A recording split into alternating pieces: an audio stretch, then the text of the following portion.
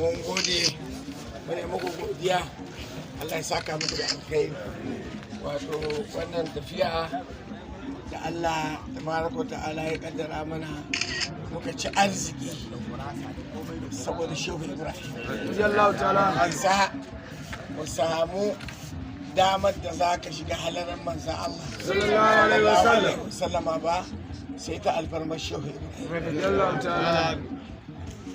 Manya mazaje sun jarraba da tafiyarsu, wani ya tafi da ibada, wani ya tafi da soyayya, wani ya tafi da yabo, wani ya tafi da ilimi, wani ya tafi da kudubaniyarsa, amma saboda inaya ta Allah ta dubi Shehu Ibrahim sai gashi ya ci kwallo.